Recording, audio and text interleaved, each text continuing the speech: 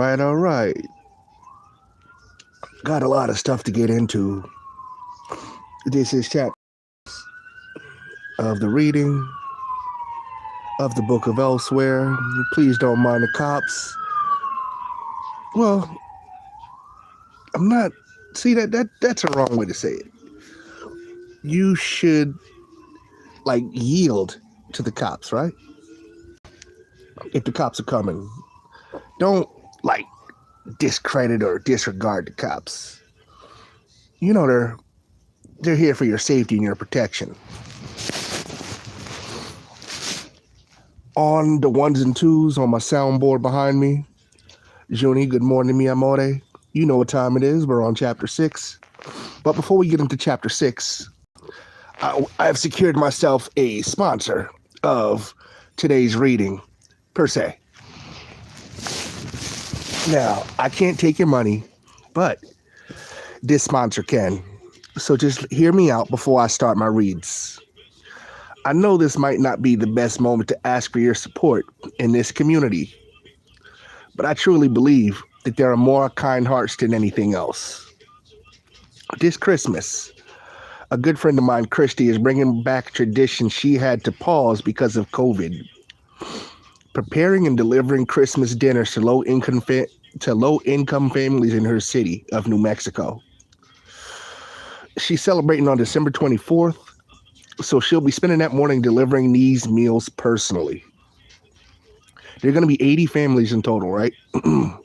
Thanks to the generous friends and family that she already has, 50 are already going to be covered, but she still has 30 more families hoping to get a bomb-ass Christmas dinner, right? The menu is going to include pork loin, mashed potatoes, pasta, green beans, and the local store has kindly donated desserts and drinks for all 80 of the families. All right. Each of the dinners is going to cost about 650 pesos. That's about $30. I'm going to give $30 into the week, so that's going to be one family that I already cover. I'm hearing down here from my baby daddy that there are 9 left, so there's going to be 8 because I'm giving one. I'm going to give her $30 at the end of the week. I just got a couple of things I got to do. But many of these families, they don't have electricity or stoves. So everything that they're going to get has to be cooked by Christy, which she is going to do. Now, if you feel moved, I mean, there's only 8 now. There's only 8 needed.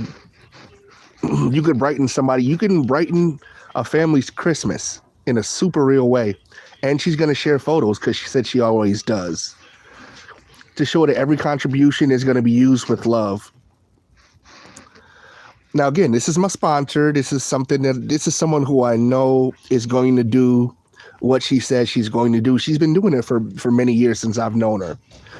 If you guys could be so kind, doesn't matter who you are, toss in a couple of bucks, 30, 40, whatever, to $JORGEEVM.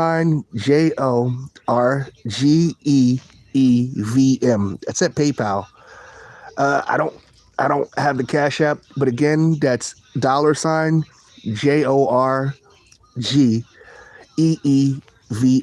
That is my daily sponsor of today. Please give her your time, your attention, your love. And again, on the ones and twos, I've got my boy Hank Trill. Hank Trill is one of the best artists. I was gonna play the Thanksgiving one, but I decided against it. No Cash Apps, just pay. Well, I don't give my Cash App.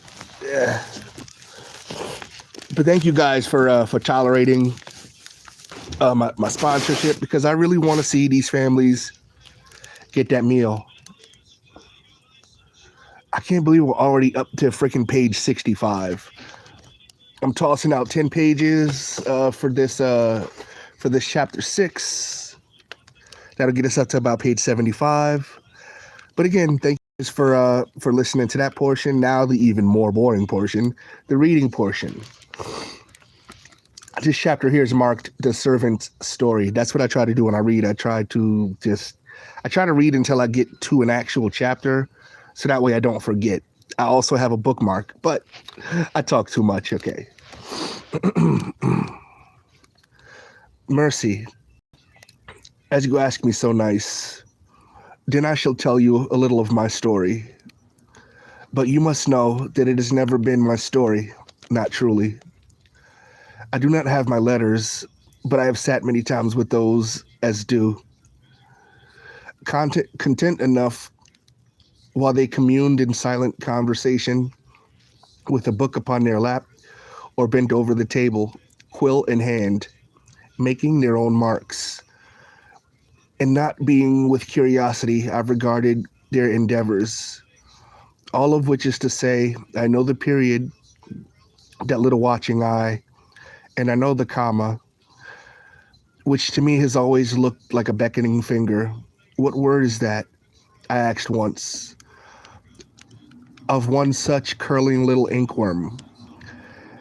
Ask it of he of whom I'll tell you. No word, said he. It is a pause, as if for breath. Was not that prettily put? It really wasn't. That was awful to read, but let me vouchsafe you a secret that my life has taught me. All of us may believe or wish to that our lives are tales that demand words of a plenty for the telling. This is foolish in the wicked pride. The age of prophets, of tales worth telling, is over. Or over in the main part. There is one such who walks still. His stories demand a tone.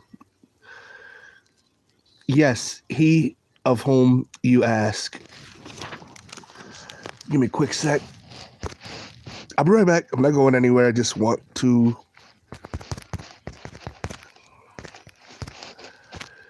Let's just say the page I'm turning is a big page. Okay. Thank you for your hand upon my brow, cold as you are.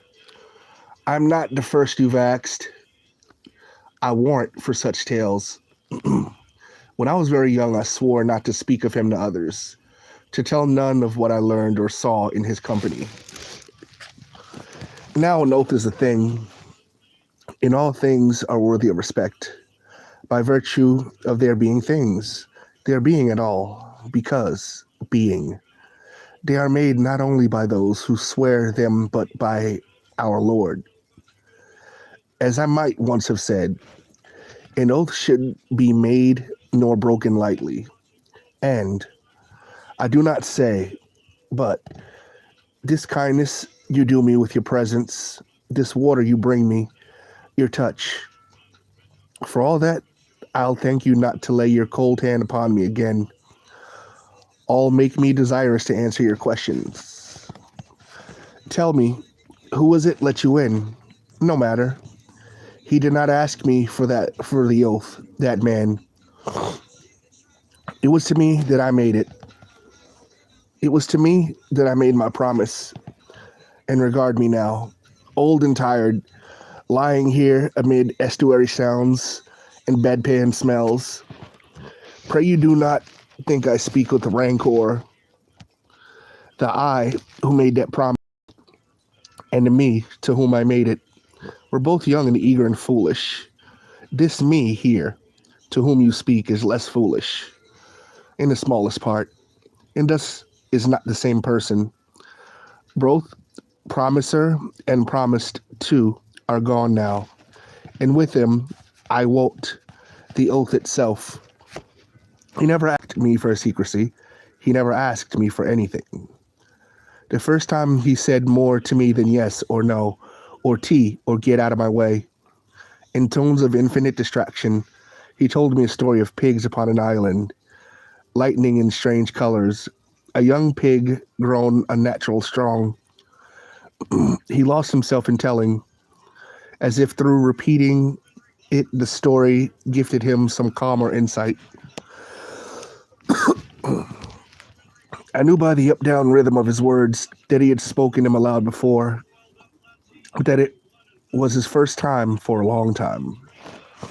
His house was large and splendid enough, and cold and isolated on the moors, and he told me the story of the pig in a first-floor room, a study that for all my weeks of service for him I never yet seen. As if since my arrival the corridors folded themselves up, all mischief behind my back and bucket.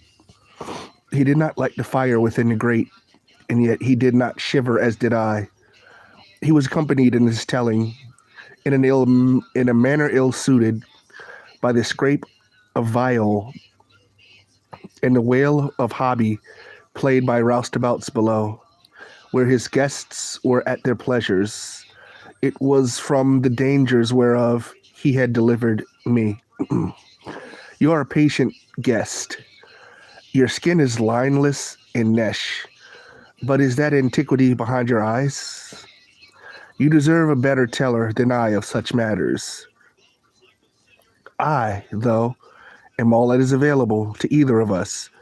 So then, my master had repaired thence to that house some years since, acquired it with a fortune gained, according to whispers, by illicit means.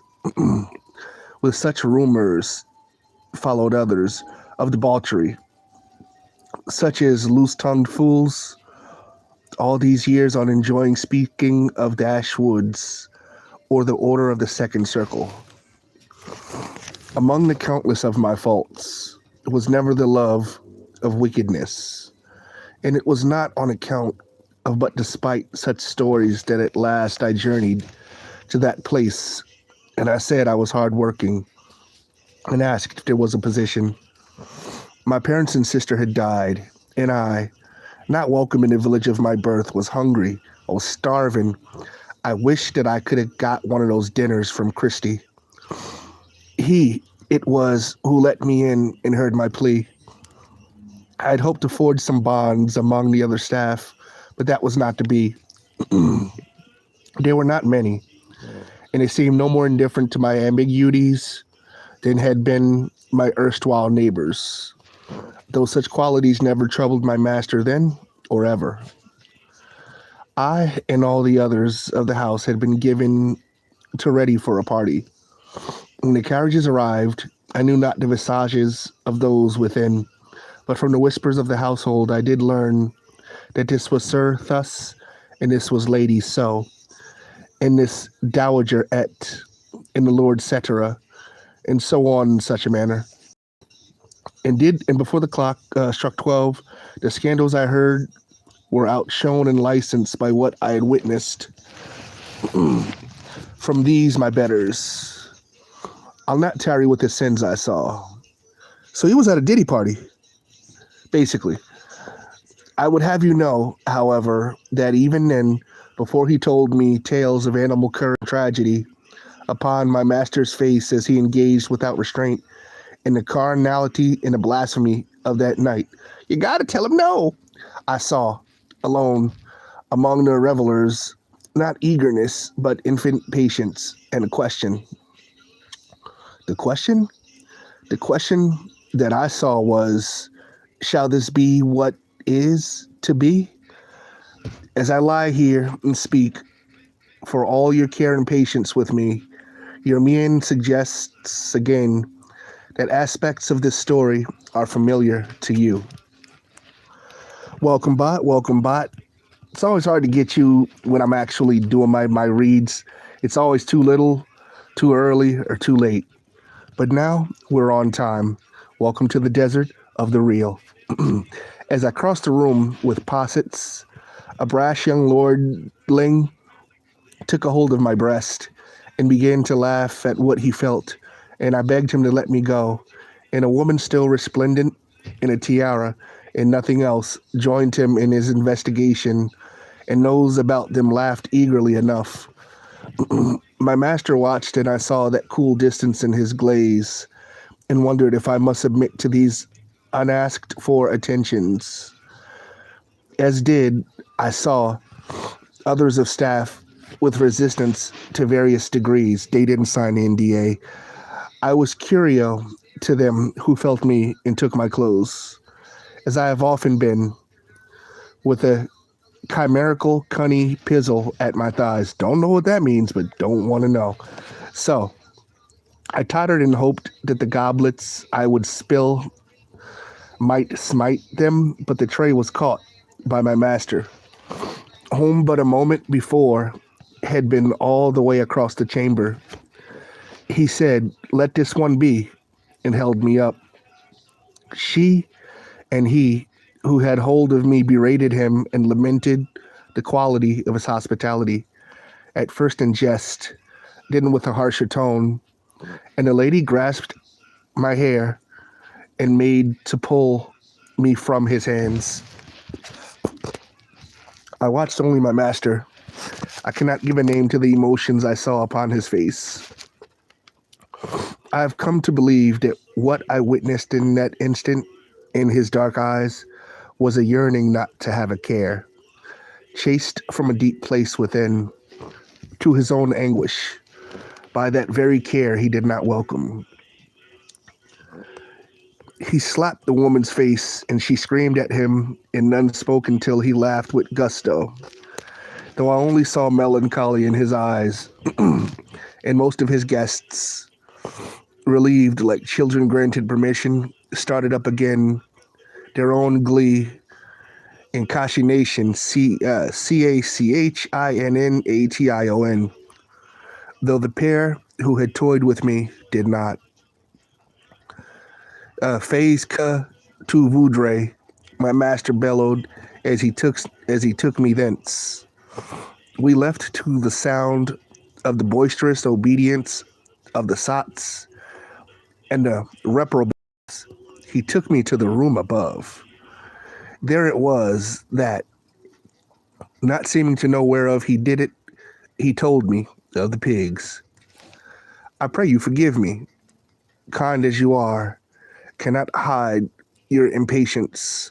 I shall be as quick as I am able with the rest of my tale.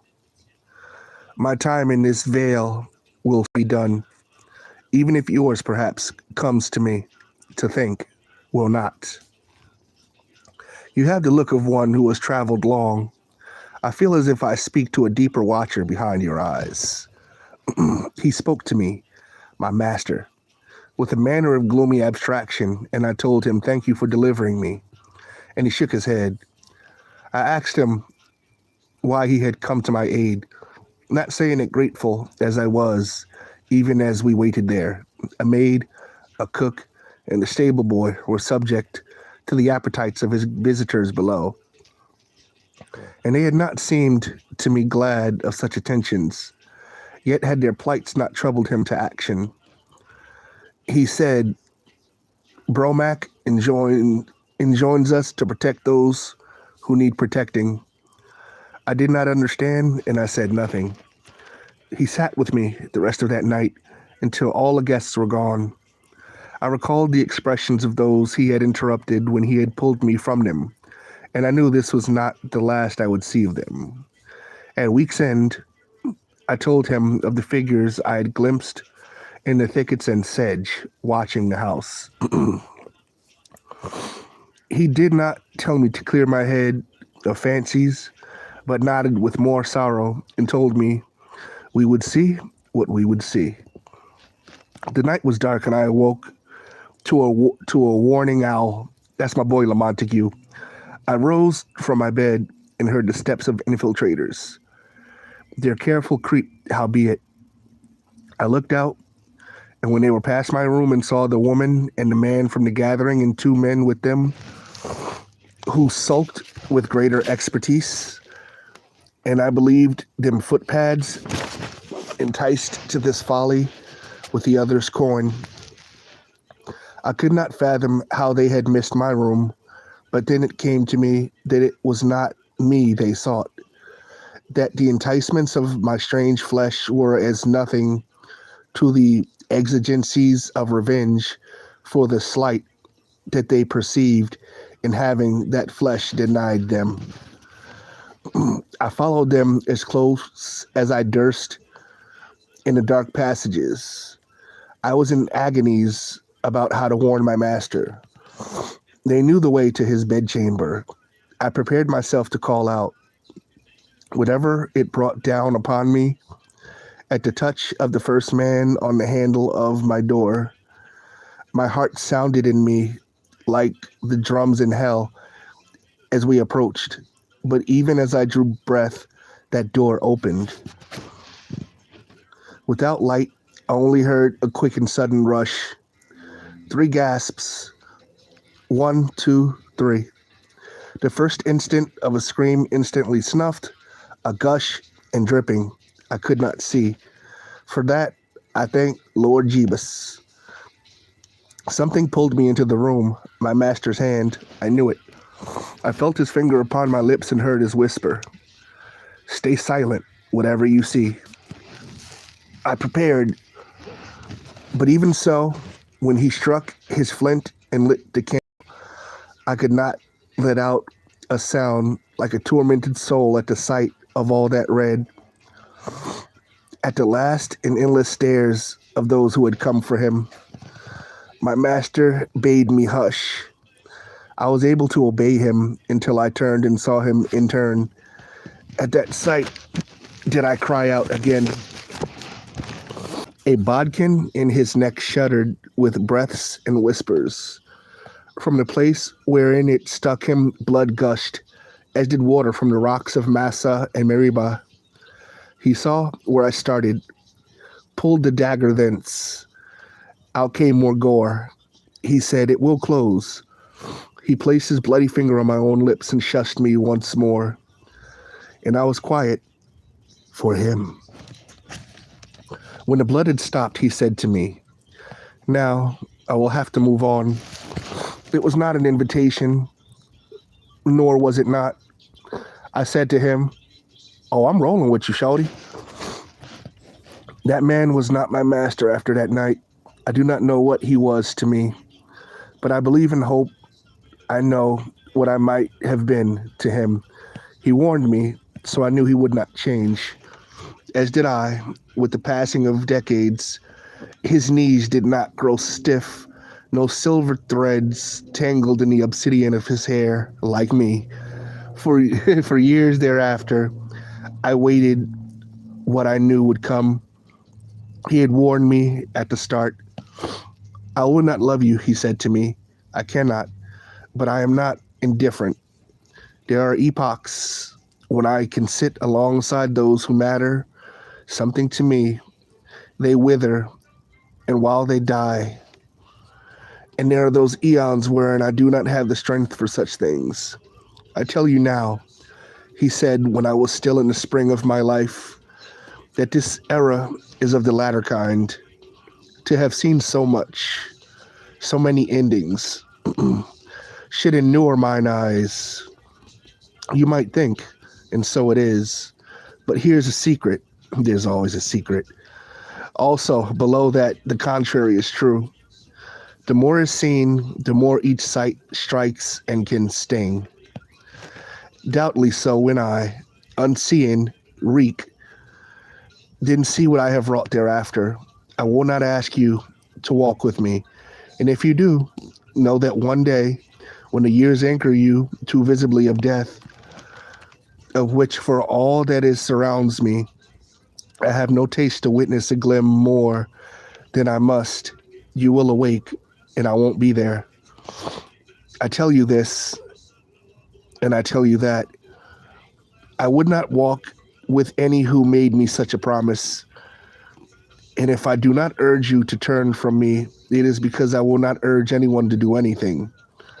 Should you go your own way, I will not blame you, and will celebrate that you have abjured the certainty of abandonment. If this is the case, you should head away from me. Dip. You should head yonder. I'm going this way. He had his hands going in 2 different directions. Like I go to the left, you go to the right. But you know the way she took. It's the way that I took when Junie became my baby daddy. I could have went many different ways, but she took me. Yes, she did. We traveled together a long time. He showed me many things. We were rich. We were penniless. We were of moderate means, then rich again, and poor at last. He was violent, never with me. And he was gentle. We were holy and profane. I wish I could have wished a better place than this to see out these my days. But they are fools who plan, and worse fools who hoard their money. For any such vain plans, I do not regret how I have lived. alongside him. But you're not here for these stories. I have the right of it, do I not? But thanks again for the water, for this unexpected company at the end. Years after I joined him, this was years ago, I gathered the courage to ask him who was Bromak. Bromak, whom he had told me at the start had required that I be protected. Bromak, because of whom I had been saved. Bromak, who would only abide so much. Bromak of whom he had never spoken again. I asked him then, because though I was not old, I was not young anymore, and I did not know how much time I had left with him.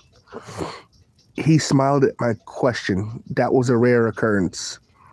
Bromak was a god, he said. A god? What god? Of whatever I wanted him to be, he told me. And his name is Bromak, and Aspad, and Tremelinkid, and Bo. And he is a she, and he and both and neither. Four corner style, cat you Scotty. I knew not and know not what he meant by this. And they are they, a lion, an eagle, a woman, a camel, a man, the god of kindness, vengeance, bitterness, sorrow, lack of interest. Sometimes, he said, I invent my own gods to worship. That is the lot of the kin of gods. We will not be worshipped in our part, and no one should worship their own parents, and we will not, cannot parents as did they. We are, I am, too full of power. You might call that the fault of human flesh. Too weak for my emissions. Ooh. Consider my pursuance too much, if you will, but my power leaves me barren. Without worshippers or wains, I, quoth he, for all others who have announced themselves of like stock have lied or erred, and I am alone, must create my own passions of life, and it's beyond, sometimes including God's to obey for a while. He was gay and sorrowful in one moment, so she smacked him one. She gave him a little smoochy smooch.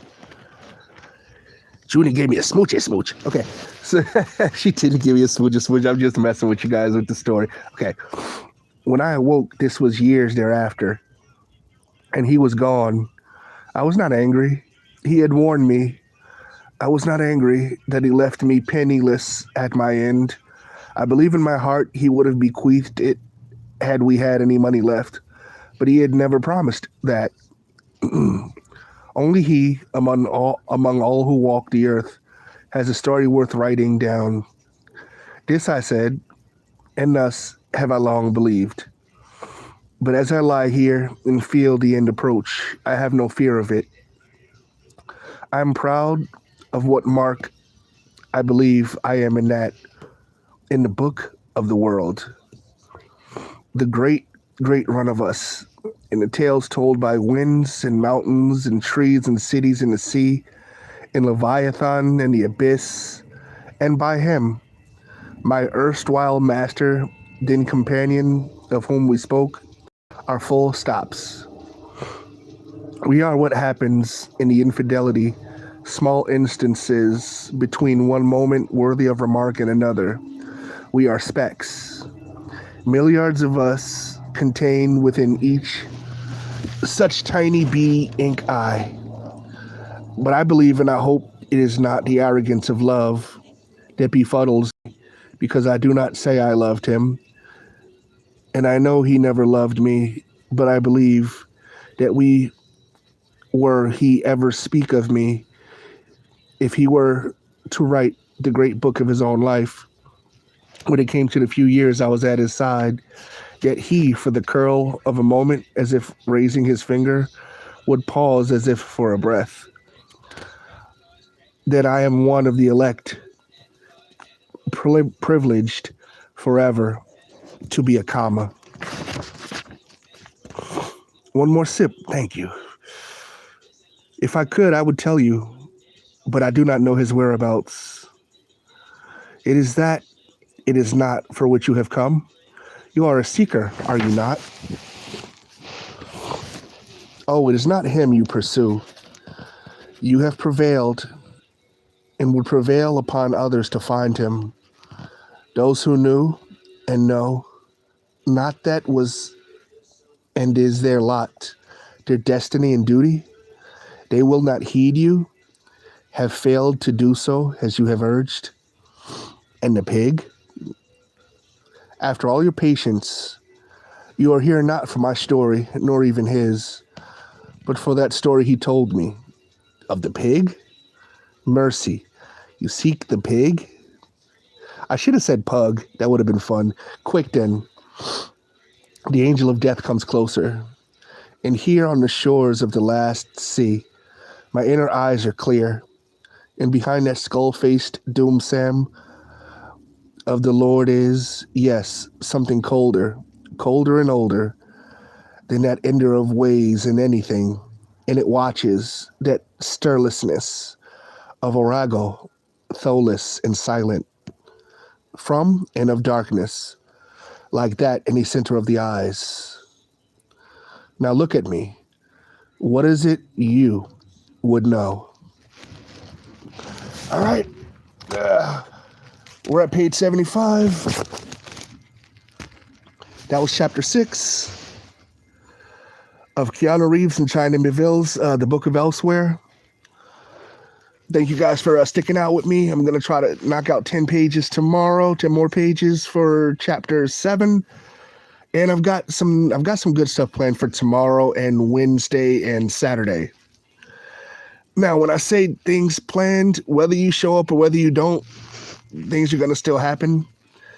I guess you could call it the book of me. But thanks for sticking with me as long as you did. Now, Warbot, nobody knows about Saturday, but we do. So I've got a lot of good stuff planned. If you join me, great. If you don't, it's everything replays. At the end of the book, because the book is 330 pages, that's going to be chapter 33. I'm going to put this all into one, and then we can just go over it if you guys want to. But that's all I got for you. It's been 33 minutes. That was my book reading for today. Want everybody to have a good day, and remember my sponsor. Hold on a second. I'm gonna grab the ad one more time to remind you guys where to put your money. $JORGEEVM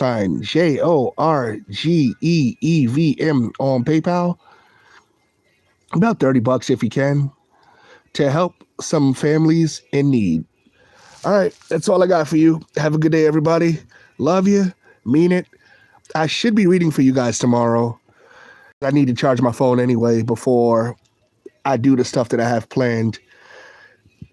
It's going to rain tomorrow, so I was going to do the Serena walk tomorrow. I may have to change that to a different day, but I'm going to check the weather. I'll let you guys know. All right. We out.